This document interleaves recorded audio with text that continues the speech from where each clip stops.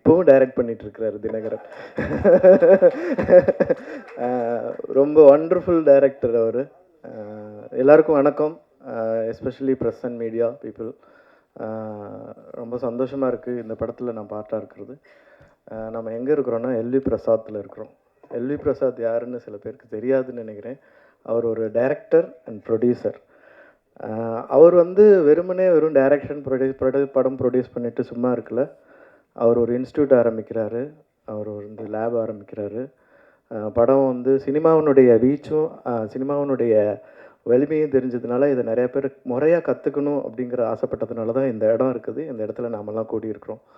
அதே மாதிரி தான் சினிமாவுடைய வீச்சையும் சினிமாவுடைய வலிமையும் புரிஞ்சுக்கிட்டு ஒரு இயக்குனராக உள்ள நுழைஞ்சு இப்போ வந்து நீலம் ப்ரொடக்ஷன் ப்ளஸ் நீலம் பண்பாட்டு மையம், நீலம் புக்ஸ், வருடம் மார்கழியில் மக்கள் இசை என்ற ஒரு ப்ரோக்ராம் மூலம், அதாவது ஒரு டைரக்டர் இந்த வேலையெல்லாம் செய்யணுமா இல்லை இந்த வேலை செய்கிறதுக்காக டைரக்டர் ஆனாரா அப்படிங்கிற ஒரு இதையும் ஒரு முன்னோடியாக இருக்கிறாங்க. அதாவது ஒரு வேலை செஞ்சால் நம்ம வந்து வேலை பார்த்துட்டோம் அப்படின்னு சொல்லாமல் நிறைய வேலை செய்கிறாரு. அது மாதிரி இருந்தவர் தான் பிரசாத்னு நினைக்கிறேன். அது மாதிரி இருந்த ஒரு டைரக்டரும் இருக்கிறாரு, எஸ் பாலச்சந்தர். அவர் வந்து வீணை பாலச்சந்தர்னு சொல்லுவாங்க. Director, music director, producer and actor கூட அவர். ஸோ அவ்வளோ பன்முகங்கள் கொண்ட ரஞ்சித் அண்ணாவுடைய நீலம் ப்ரொடக்ஷன் கீழே நான் இந்த படத்தில் ஒரு ஹீரோவாக நடித்ததில் எனக்கு ரொம்ப பெருமையாக இருக்குது. ரொம்ப பெருமையாக இருக்குது எனக்கு.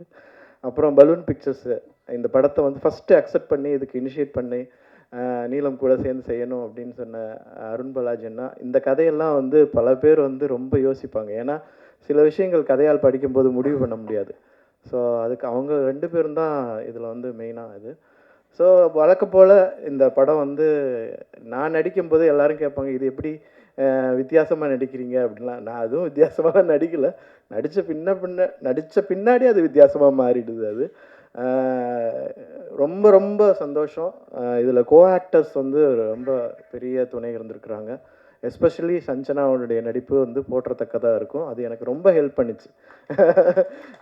ஒரு கோ ஆக்டர் மூலமாக வந்து இன்னொரு ஆக்டர் வந்து அதுலேருந்து ஒரு இது வர்றதுங்கிறது அது ஒரு ஒரு அது சும்மா நடந்துடாது. அந்த வகையில் வந்து தினகருடைய உழைப்பு வந்து என்னால் எப்படி சொல்கிறதுனே தெரியல. ஃப்ரம் ஏ டு இசட் வரைக்கும் அவர் நிறைய வேலை பார்த்தார். Very organic director. ரொம்ப ஆர்கானிக்காக இந்த வேலையை கொடுத்தாரு. ஏன்னா சில சமயம் சில மீட்டிங் நடக்கிற மாதிரி சீன் நடக்கும். நாம் நினைப்போம், நிஜமாலுமே மீட்டிங் நடக்குது போல இருக்குங்க, நம்ம இன்னும் இங்கே உட்காந்துருக்கோம், நம்ம மீட்டிங் போகணும் அப்படிங்கிற ஒரு எண்ணத்தை உண்டாக்கிடுவார். அந்த ஒரு ஆர்கானிக் அந்த ஃப்ளேவரே வந்துடும். நம்ம ஒரு டி அடிக்ஷன் சென்டரில் இருக்கிறோன்னா நிஜமாலுமே பல பேர் அந்த ஒரு 10-15 நாள் அங்கே ஒர்க் பண்ண பின்னாடி ஃபஸ்ட்டு நாளை விட ஒரு 15 நாளுக்கு அப்புறம் எல்லோரும் தெளிச்சி ஆகிட்டோம். ஃபேஸ் எல்லாம் தெளிவாக இருக்குது. ஏன்னா ஒரு இடத்துலையே இருக்கிறோம், நல்ல சாப்பாடு கிடைக்குது. ஸோ அந்த மாதிரி ஒரு அதாவது சொல்லுவாங்க, ஆக்டர் நடிக்கிறதுக்கான எக்காலஜியை நீங்கள் க்ரியேட் பண்ணி கொடுத்துட்டிங்கன்னா எல்லாருமே நடிக்க முடியும் அப்படிங்கிற அந்த வகையில் வந்து ரொம்ப அழகாக அந்த எக்காலஜியை வந்து தினகரன் உருவாக்கி கொடுத்தாரு. அந்த சூழ்நிலையை உருவாக்கி கொடுத்தாரு. அது வந்து எல்லாருக்குமே அந்த நம்மளால் ஓபி அடிக்க முடியாது. என்ன அவருக்கு தானே க்ளோஸ் போகுது, நம்ம இப்படி ஓரமாக உக்காந்துக்கலானே, இல்லை அவங்க அங்கே போய் உக்காந்தா தான் நமக்கு இது வருது அப்படிங்கிற அந்த அளவுக்கு ஒரு எக்காலஜி க்ரியேட் பண்ணார். எனக்கு ரொம்ப பிடிச்சிருந்தது. இந்த படம் வந்து எல்லாரும் பார்க்கணுன்னு ஆசைப்பட்றேன். எல்லாரும் பார்க்கணுங்கிறதுக்காக சில வேலைகளும் செஞ்சுருக்கிறேன். அது வந்து சக்ஸஸ் ஆகியிருக்கிறது வந்து படம் பார்த்தவங்க சொன்னதுலேருந்து அது சக்ஸஸ் ஆகிருக்குன்னு நினைக்கிறேன். ஏன்னா நான் வந்து ஒரு படிப்படியாக வளர்றேங்கிறத நம்புகிறேன். ஏன்னா வெறும் ஆக்டிங் வெறும் எமோஷன்லேருந்து வர ஆரம்பிச்சுது, ஒரு ஆசையிலேருந்து வர ஆரம்பிச்சுது. ஏன்னா சத்தியமாக நான் சொல்கிறேன், நான் நடிகன் ஆகணும்னு கனவுல கூட நினச்சது கிடையாது. என்னுடைய காலேஜ் டேஸ் ஆகட்டும், ஸ்கூல் டேஸ் ஆகட்டும், என் ஃப்ரெண்ட்ஸ் ஆகட்டும், யாருமே நம்ப மாட்டாங்க. சோமா நீ நடிக்கிறியா அப்படின்னு நானே என் கண்ணாடி பார்த்து சொல்லிக்குவேன். அந்த மாதிரி அப்படி தான் நான் வந்து கூத்துப்பட்டறைக்குள்ளே வந்தேன். எனக்கு வந்து வேலை செய்ய தெரியும். எந்த வேலை கொடுத்தாலும் செய்வேன்.